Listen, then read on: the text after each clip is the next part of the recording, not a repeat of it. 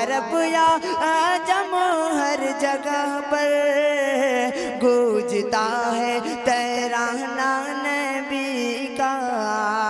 कल भी था ये ज़माना नबी का, आज भी है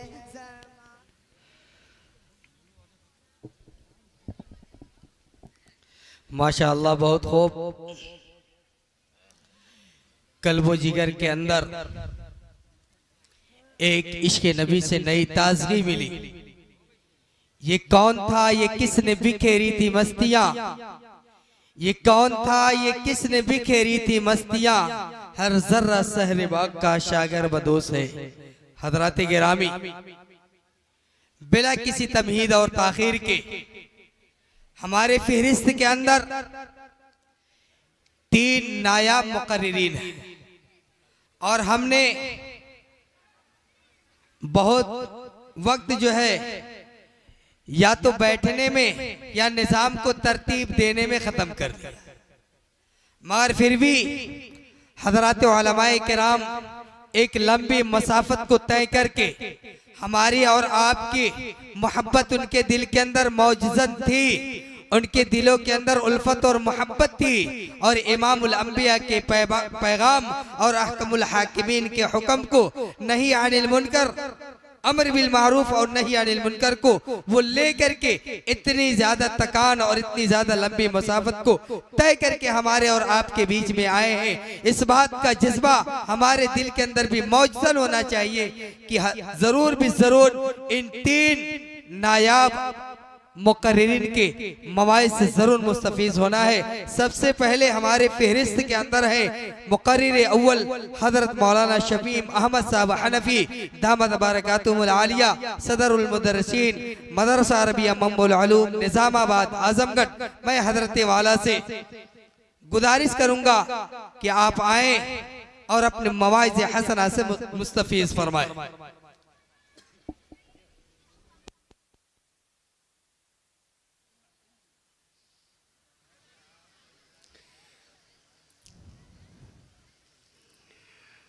अस्सलामु अलैकुम वरहमतुल्लाहि वबरकातुह।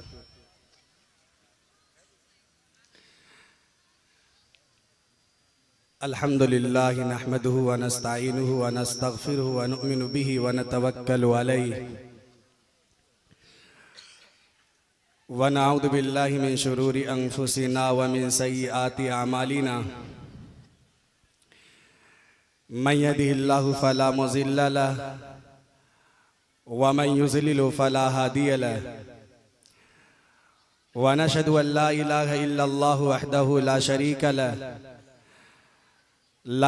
लहु वला नज़ीर लहु वला मुशीर लहु वला मुईन लहु वला मिस्ल लहु वला मिसाल लहु व नशहदु अन्न सय्यदना व सनदना व हबीबना व उस्वतना व क़ुदवतना व क़ुर्रत अयूनिना मुहम्मदन सल्लल्लाहु व सल्लमु अलैहि।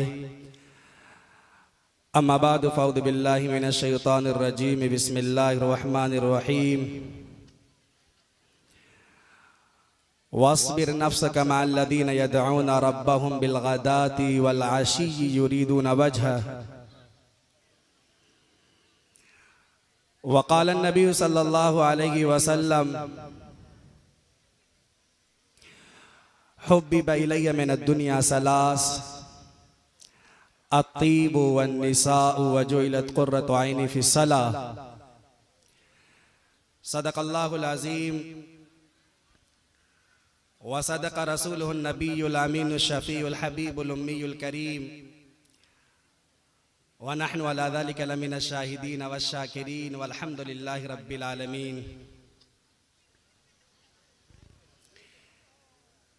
खिराज अक़ीदत अदा करने वालों,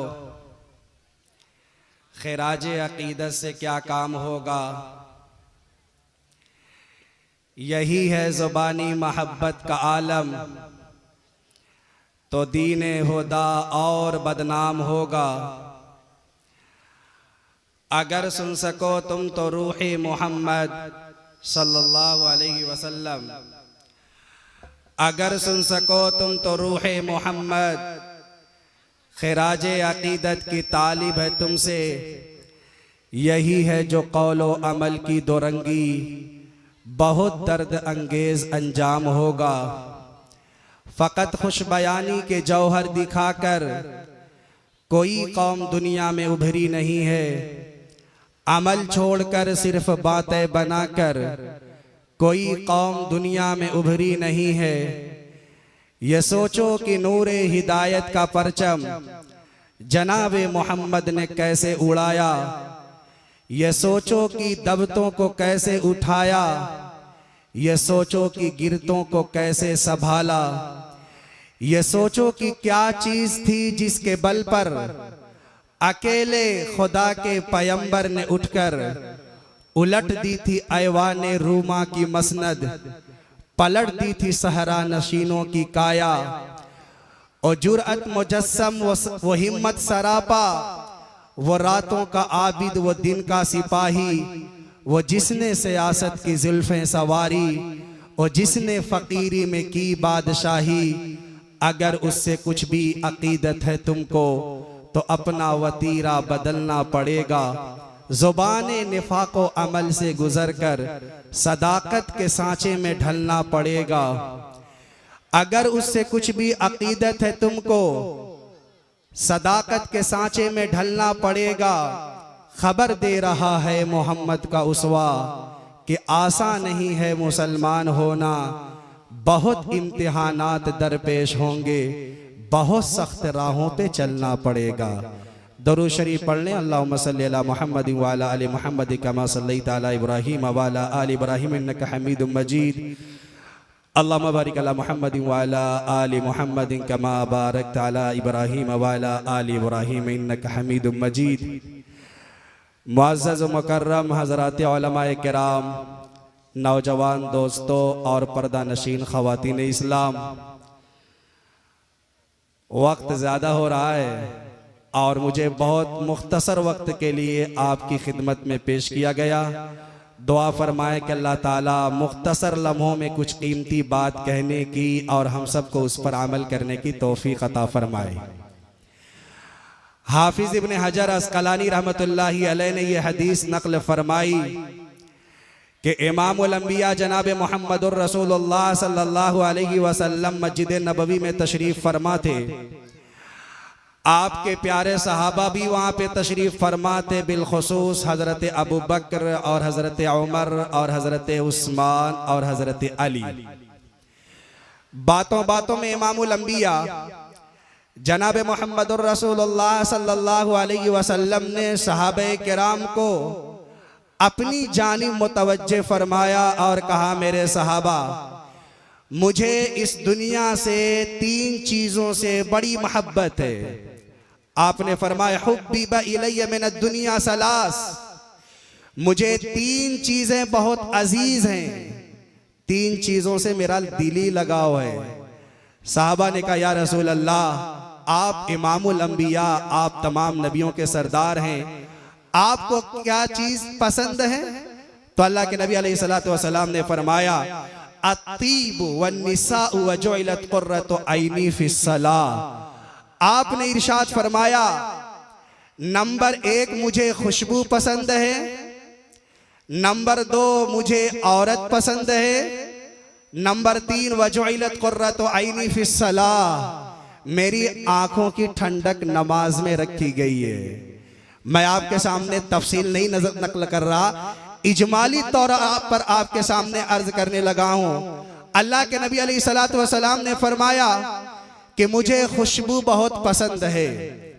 हालांकि अल्लाह के नबी अलैहिस्सलातु वस्सलाम के मुबारक वजूद से खुशबू निकला करती थी, आपके पसीने मुतहर से खुशबू निकला करती थी।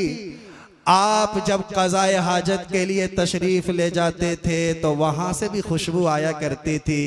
फिर भी इमामुल अंबिया जनाब मोहम्मदुर रसूलुल्लाह सल्लल्लाहु अलैहि वसल्लम ने इरशाद फरमाया, मुझे खुशबू बहुत पसंद है।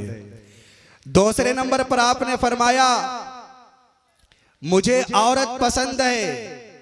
और आप जानते हैं कि मेरे आका इमामुल अंबिया जनाब मोहम्मदुर रसूलुल्लाह सल्लल्लाहु अलैहि वसल्लम ने जिस मौके पर यह जुमला इरशाद फरमाया था, उलमा ने इसका एक बैकग्राउंड लिखा है। वो ये है कि ज़माने जाहिलियत के अंदर लोग अपनी बच्चियों को जिंदा कब्रों में दफन कर दिया करते थे।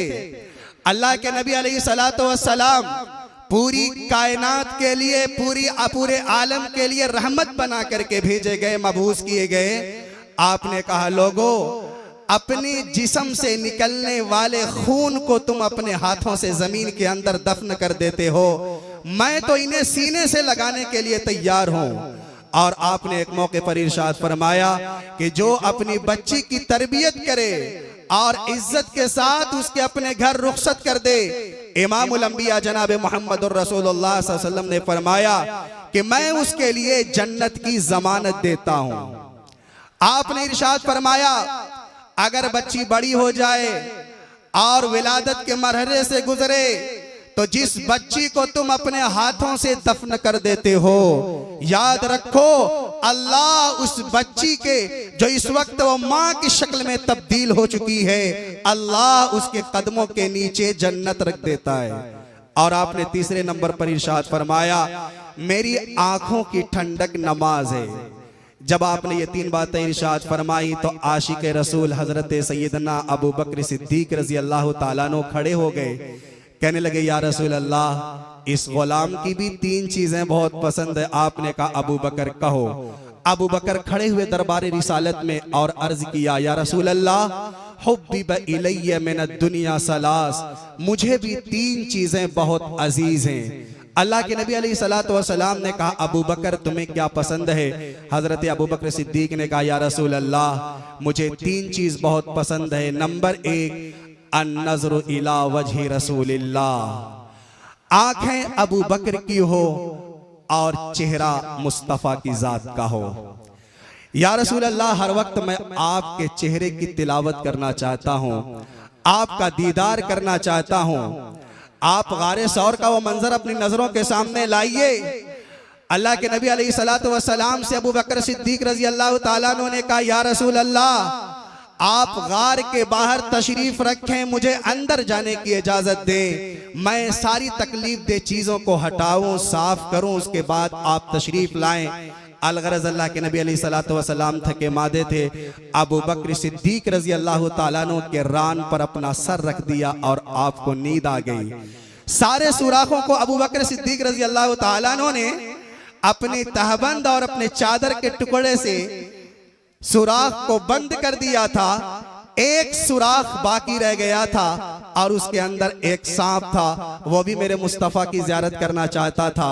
वो बार बार अबू बकर से इशारों में कहता था, अबू बकर, ये खलवत का मौका है, तुम ही जी भर करके ज़ियारत करोगे, मुझे भी मौका दो। लेकिन वो आशिक रसूल इस बात के लिए तैयार नहीं था। सांप ने बिल आखिर डंक मारा। अबू बकर सिद्दीक रजी अल्लाह ताला अन्हु के जिस्म के अंदर जहर के असरात फैलना शुरू हुए, आंखों से आंसू गिरे और वो आंसू मेरे मुस्तफ़ा के रुखसारे मुबारक पर गिरे। एक बात अर्ज ये करना है कि अगर अबू बकर सिद्दीक रजी अल्लाह ताला अन्हु का चेहरा कहीं और होता, किसी और तरफ मुतवज्जे होते, तो आपकी आंखों से निकलने वाला आंसू मेरे मुस्तफा के रुखसार पे न गिरता। मेरे मुस्तफा के रुखसार पे अबू बकर सिद्दीक के आंसू का गिरना इस बात पे दलालत करता है कि हजरत अबू बकर सिद्दीक रजी अल्लाह ताला अन्हु इमामुल अंबिया जनाब मोहम्मद रसूलुल्लाह सल्लल्लाहु ताला अलैहि वसल्लम के चेहरे की ज़ियारत कर रहे थे। हजरत उमर रजी अल्लाह ताला अन्हु ने इन्हीं 3 रातों के बारे में कहा था, अबू बकर, तू गारे सौर की 3 रातों की नेकियां मुझे दे दे, उमर अपनी पूरी जिंदगी का सवाब देने के लिए तैयार है। कौन सी इबादत थी और कौन सी इताअत थी और कौन सी नेकी थी? आप यकीन मानिए, इमामुल अंबिया जनाब मोहम्मद रसूलुल्लाह सल्लल्लाहु ताला अलैहि वसल्लम की ईमान भरी सिर्फ एक निगाह शरफ़े सहाबियत से नवाजने के लिए काफी है। और एक सहाबी का मकाम रब्बे काबा की कसम पूरी दुनिया के लोग मिल करके नहीं पा सकते। 3 मुतवातिर रातें इमामुल अंबिया जनाब मोहम्मदुर रसूलुल्लाह सल्लल्लाहु ताला अलैहि वसल्लम के चेहरे की ज़ियारत कर रहे हैं। अबू बकर को अपनी किस्मत पर नाज है, कहने लगे पहली अन्नज़रु इला वजहि रसूलिल्लाह। दूसरे नंबर पर फरमाया इन्फाक माली अला रसूलिल्लाह, मैं चाहता हूं कि अपना माल अल्लाह के नबी अलैहिस्सलातु वस्सलाम की खिदमत में पेश करूं, और मैं ये चाहता हूं कि माल मेरा हो और मसरफ मुस्तफ़ा की जात का हो। और तीसरे नंबर पर फरमाया व अन तकून अबनती तहत रसूलिल्लाह, मैं चाहता हूं कि मेरी बेटी भी आपकी खादमा बन जाए और पूरी जिंदगी आपकी शरीक हयात बन करके जिंदगी गुजारे। आपने जब ये बातें मुकम्मल की तो हजरत उमर खड़े हो गए, कहने लगे या रसूल अल्लाह, इस गुलाम को भी तीन चीजें बहुत पसंद है। तो आपने कहा फुर्सत के लम्हात हैं, उमर क्या कहना चाहते हो?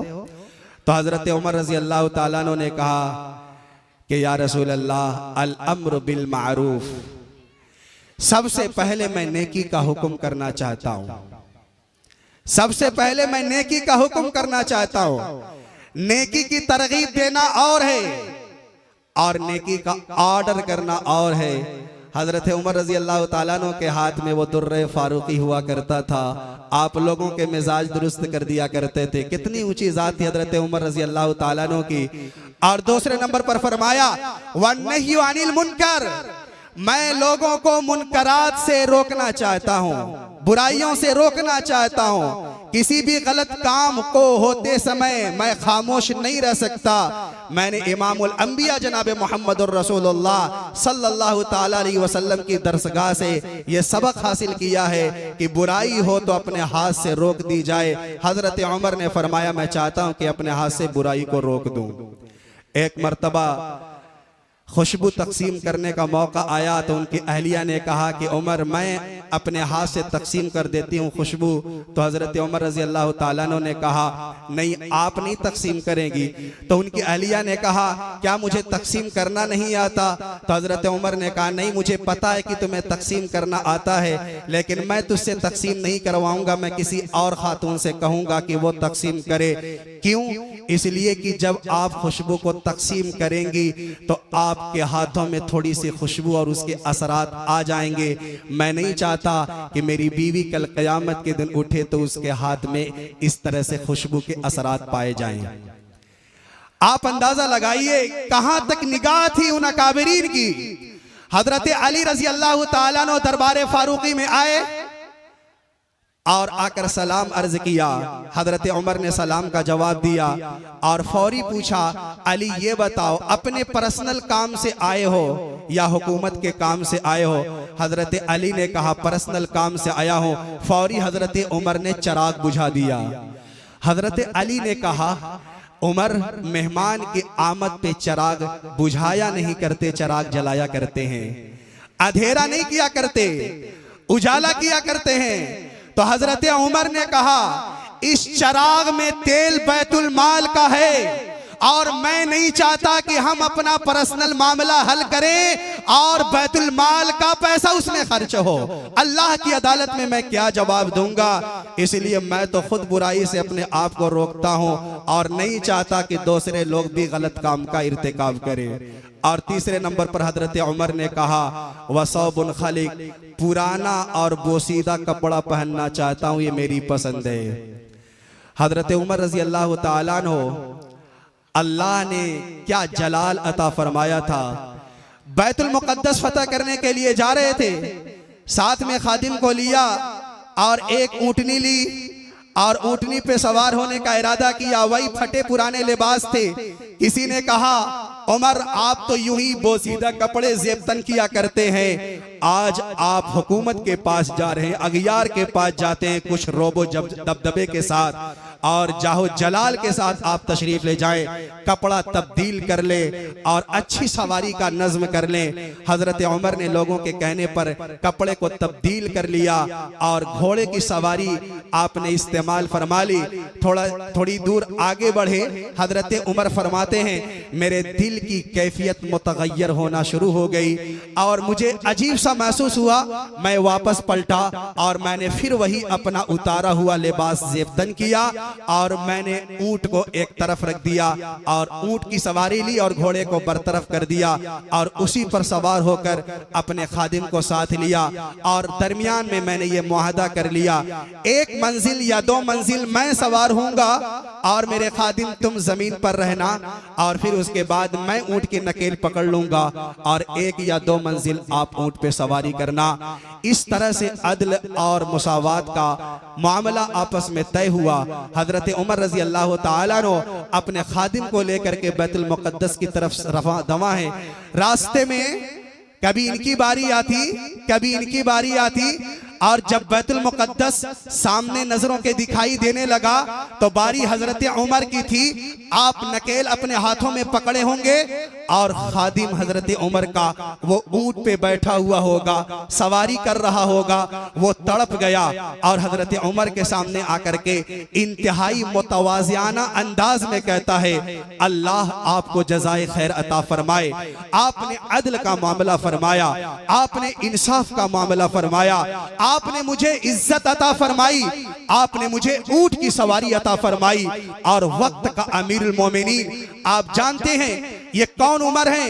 ये वो उमर है 24 लाख मुरब्बा मील पर हुकूमत करने वाला वो उमर, जिनके इशारों पर और जिनकी मंशा के मुताबिक मेरे रब ने तकरीबन 17 आयतें इस धरती पे उतारी थी और वो उमर आज धरती पर ऊंट के नकेल पकड़ करके बैतुल मुक़द्दस की तरफ जा रहा है। गुलाम ने कहा, हुजूर आपकी बड़ी खिदमत है और हजरत उमर की खिदमत ये बयान की जाती है कि अपने दौरे खिलाफत के अंदर हजरत उमर रजी अल्लाह ताला अन्हु ने 400 जामा मस्जिद तामीर फरमाई थी, 400 मस्जिदें तामीर फरमाई थी, जिनमें 900 जामा मस्जिद शामिल है।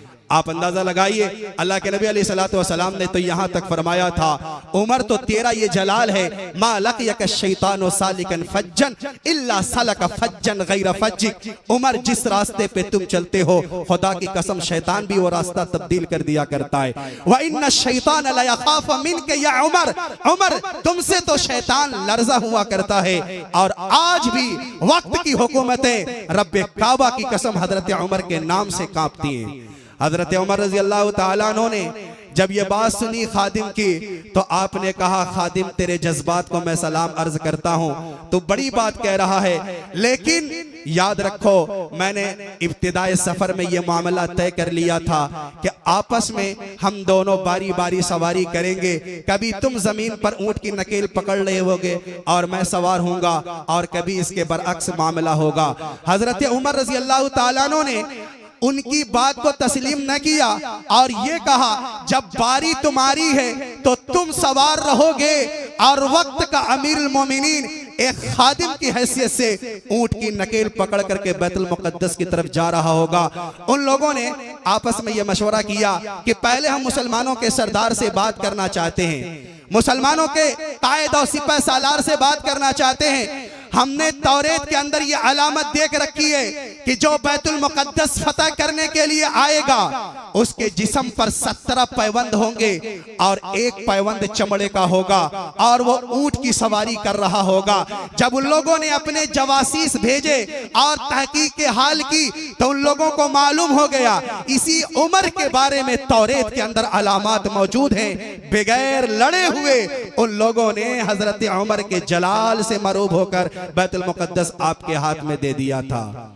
आप अंदाजा लगाइए, इसीलिए तो हजरत उमर कहते हैं, अल्लाह ने हमें लिबास से इज्जत अता नहीं फरमाई, अल्लाह ने हमें मकान से इज्जत अता नहीं फरमाई, अल्लाह ने हमें इज्जत, अल्लाह ने हमें ओहदे और इक़्तिदार की बुनियाद पर अल्लाह ने हमें इज्जत अता नहीं फरमाई। अअज़्ज़नल्लाहुल इस्लाम, अल्लाह ने हमें अअज़्ज़लल्लाहु बिल इस्लाम, अल्लाह ने हमें जो इज्जत अता फरमाई है वो इस्लाम की बुनियाद पर अता फरमाई है। और अजीब अदल का मामला हजरत उमर रजी अल्लाह ताला अन्हु अपनी रियाया के दरमियान इंसाफ करना, अल्लाह अकबर, आसमान के फरिश्ते भी रश करते होंगे। हजरत उमर जब मदीना मुनव्वरा जाया करते थे खुली कचहरी लगाया करते थे, किसी को कोई शिकायत हो डायरेक्ट हजरत उमर से मिले। चुनांचे कुछ लोग आए और आकर के कहने लगे, उमर आपने ये शाही फरमान जारी किया है कि कोई भी आपका गवर्नर और हाकिम न रेशमी लिबास पहने पहनेगा और न अपने दरवाजे पे दरबान रखेगा। हजरत उमर ने कहा हाँ जी, मैंने तो ये फरमान जारी कर रखा है कि कोई भी मेरा गवर्नर न रेशमी लिबास बारीक लिबास पहनेगा और न अपने दरवाजे पे दरबान रखेगा। अच्छे कपड़े इस्तेमाल करे, साफ सुथरे कपड़े इस्तेमाल करे, मोटे कपड़े और दबीस किस्म के कपड़े इस्तेमाल करे, बारीक रेशम के कपड़े इस्तेमाल न करे, आयश परस्ती की जिंदगी ना गुजारे, वरना वो मखलूक खुदा की क्या खिदमत करेगा, अल्लाह के बंदों की क्या मदद करेगा। जो अपनी दुनिया में मस्त हो, जो मस्ती की जिंदगी गुजार रहा हो, जो अपनी ही बॉडी का ख्याल कर रहा हो और जो अपने ही दरवाजे पे खादिम बिठा रखा हो, अपनी सिक्योरिटी चाहता हो, वो मखलूक खुदा की क्या हिफाजत का इंतजाम करेगा। तो लोगों ने कहा उमर जी, आपने मिस्र में एक गवर्नर बिठा रखा है अयाज बिन रबिया, वो तो अपने दरवाजे पर गवर्नर है और उसने अपने दरवाजे पे दरबान बिठा रखा है और खुद बारीक रेशमी कपड़े इस्तेमाल करता है। हजरत उमर ने ये बात सुनी तो आपके चेहरे का रंग मुतगय्यर हो गया। हजरत उमर आलमे जलाल में आकर के फरमाते हैं, बुलाओ पुलिस के सरबरा मोहम्मद इब्ने मसलमा को। चुनांचे मोहम्मद इब्ने मसलमा दौड़ते हुए आए। लब्बैक या उमर, इरशाद फरमाइए हुक्म क्या है। हजरत उमर रजी अल्लाह ताला अन्हु ने कहा, इसी वक्त घोड़ा लाओ और सीधे मिस्र पहुंचो और अयाज बिन रबिया की तहकीक करके आओ। उसके बारे में इस तरह की मुझे शिकायत मौसूल हुई है। हजरत अयाज बिन रबिया के पास सीधे पहुंचे मोहम्मद इब्ने मसलमा, दरवाजे पे दरबान ने रोक दिया और कहा अंदर जाने की इजाजत नहीं है, अभी पहले हम अपने हाकिम से इजाजत ले लेते हैं। मोहम्मद इब्ने मसलमा ने कहा, हटो सामने से मेरी नजरों से, तुम्हें मालूम नहीं है मैं कोई आम आदमी नहीं हूं जिसके लिए दरवाजे को रोक दिया गया। मैं कोई मामूली किस्म का इंसान नहीं हूं जिसके लिए अयाज से इजाजत लेनी पड़ेगी। सुनो, मैं उमर का नुमाइंदा हूं और हजरत उमर ने तहकीक हाल के लिए भेजा है, हटो सामने से। और सीधे दरवाजे से अंदर पहुंचे तो देखा कि कुर्सी पर और मशेरी पर बैठा हुआ वो अयाज बिन रबिया, मामूली किस्म के कपड़े नहीं थे, रेशम का बारीक कपड़ा था। उसने देखा तो अब उसकी हालत दगरगुं हो गई, परेशान हो गया। कहने लगा कैसे आना हुआ। उन्होंने नाम लिया हजरत उमर का तो वो कांपने लगा। इन्होंने कहा जाओ गिरफ्तार करके लाओ और सीधे गिरफ्तार करके दरबार फारूकी में पेश कर दिया। हजरत उमर ने कहा, अयाज तुम्हारे जिस्म पर ये रेशमी कपड़ा, तेरे दिमाग के अंदर तकब्बुर का कीड़ा घुस गया है, तू मुतकब्बिर हो गया है और तू अपने दरवाजे पर दरबान बिठाता है ताकि मजलूम लोग आए अपनी फरियाद रसी के लिए और तू उनकी बात को ना सुन सके तो बड़े बड़े लोगों के लिए इंतजाम करता है और तू ओहदेदारान से मुलाकात के लिए खुसूसी इंतजाम करता है। और जो बेचारे दबे कुचले हैं, मजलूम हैं और वो अदल चाहते हैं, इंसाफ चाहते हैं, अपनी फरियाद लेकर के तेरे पास आना चाहते हैं, तो तू ऐश परस्ती की जिंदगी गुजारता है और दरवाजे से वापस कर देता है। हजरत उमर ने कहा, सुन, तुझे मालूम नहीं तेरे बाप की औकात क्या थी? तेरा बाप तो यही था जो पहाड़ की दामन में बकरियां चराते चराते खुदा को प्यारा हो गया। और सुन अयाज, बैतुल माल से मैं तुम्हें 200 बकरियां देता हूं, 6 महीने तक अरब की चिलचिलाती धूप में पहाड़ी के दामन में बकरियां चरा। जब तेरे दिमाग से तकब्बुर का कीड़ा निकल जाए मेरे पास आना, मैं फिर तुझे उसी ओहदे पर बहाल कर दूंगा। ये है मुसलमानों की दास्तान, ये है मुसलमानों की तारीख। हजरत उमर रजी अल्लाह ताला अन्हु को लोग आजमाना चाहते थे और सही बात तो यह है कि हमने अपने हालात खुद बिगाड़े हुए, हम अपने हालात के जिम्मेदार खुद हैं। हमने अच्छे मकानात का इंतजाम किया, हमने अच्छी तिजारत का इंतजाम किया, हमने हर चीज का इंतजाम किया, लेकिन अल्लाह के अहकामात को हमने पसे पुष्ट डाल दिया, आपस में इख्तिलाफात को रवा हमने दिया। ये हालात हम में आए जिसकी वजह से मुसलमानों की शान शौकत जाती रही। वरना खुदा की कसम, अगर मुसलमान हजरत उमर के नक्शे कदम पर आ जाए और दर्स ले दौरे फारूकी से और खिलाफत फारूकी से, तो वक्त के हुक्मरानों की ऐवान में जलजला बपा हो सकता है। क्या जात थी हजरत उमर रजी अल्लाह ताला अन्हु। दस्तरखान पे बैठे, मेहमान आ गया, उमर जी खाना पेश करेंगे।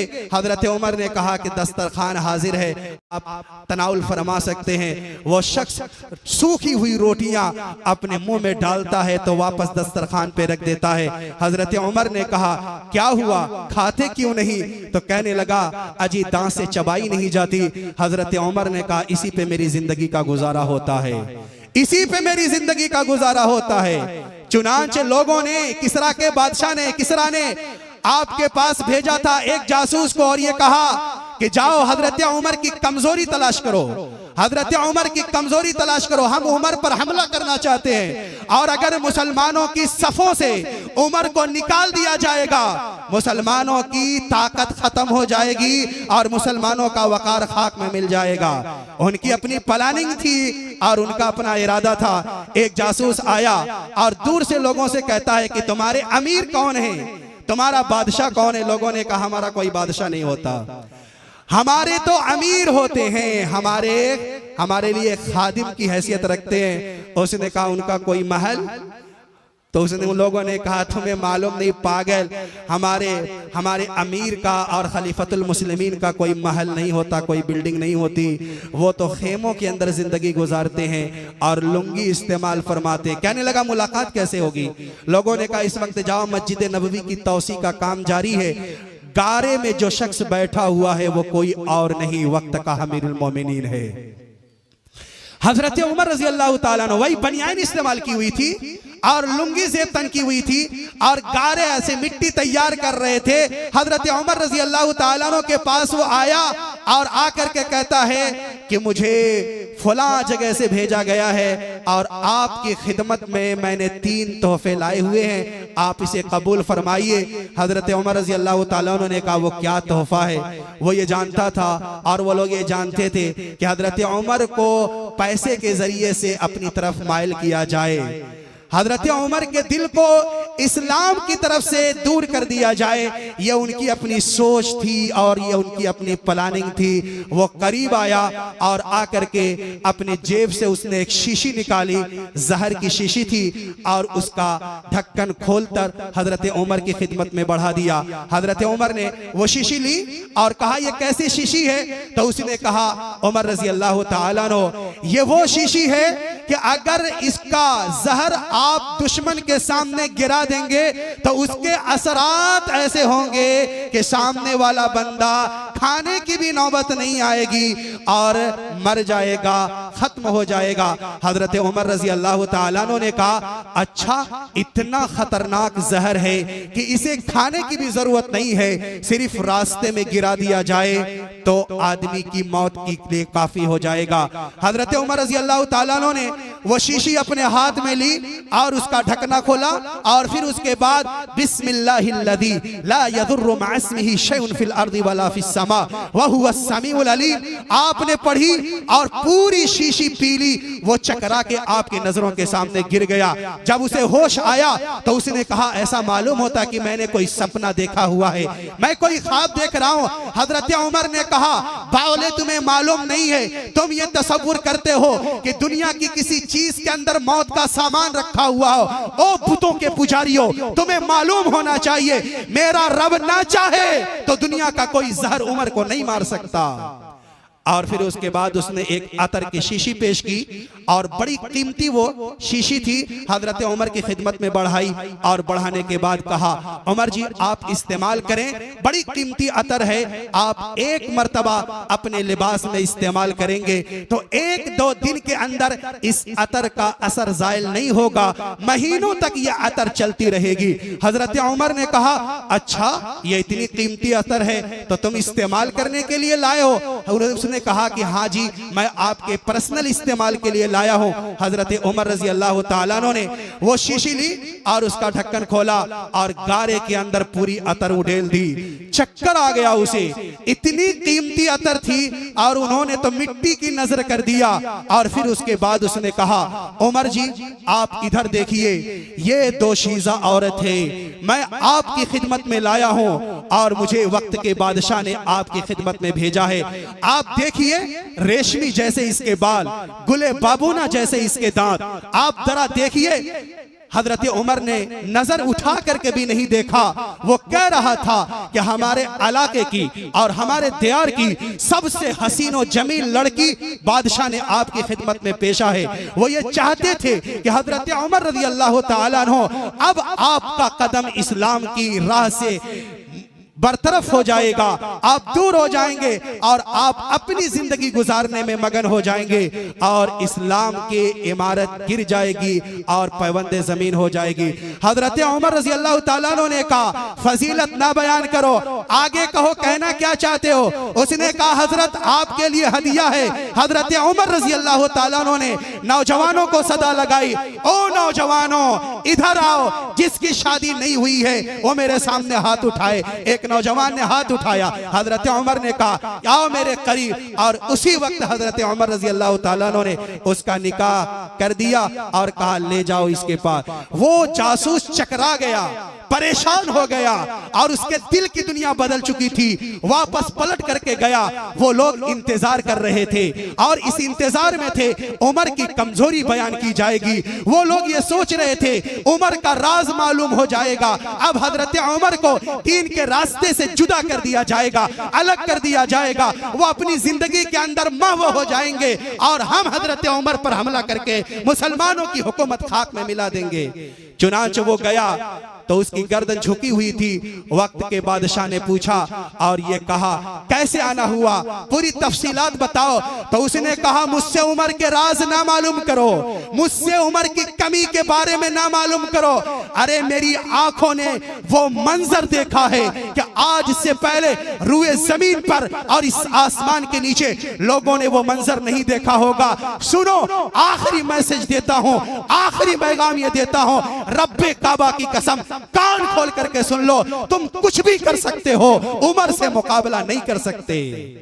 क्या बात थी हजरत उमर रज़ी अल्लाह ताला अन्हु के अंदर, क्या तकवा था और क्या जलाल था उन उलमा के अंदर और उन सहाबे किराम के अंदर जिन्होंने इस्लाम को अपनी नजरों के सामने रखा।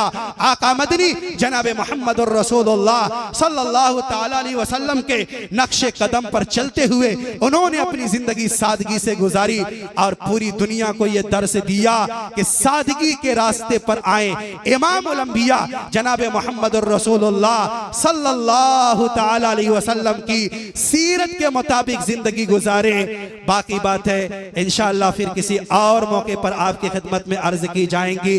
अर्ज ये करना है, हमारे मेहमान मुकर्रम तशरीफ ला चुके हैं, अभी दो और बुजुर्ग हस्तियां आपके सामने खिताब करनी है। मैं इन्हीं चंद मारूजात पर इस उम्मीद के साथ अपनी बात खत्म करता हूं कि आप हजरात आखिर प्रोग्राम तक इनका साथ दें। अल्लाह तबारक व तआला हम तमाम लोगों को इन सब बातों पर अमल करने की तौफीक अता फरमाए, जब तक रखे इस्लाम के साथ रखे और जब उठाए तो ईमान पर खात्मा अता फरमाए। व आखिरु दावाना अनिल हम्दुलिल्लाहि रब्बिल आलमीन।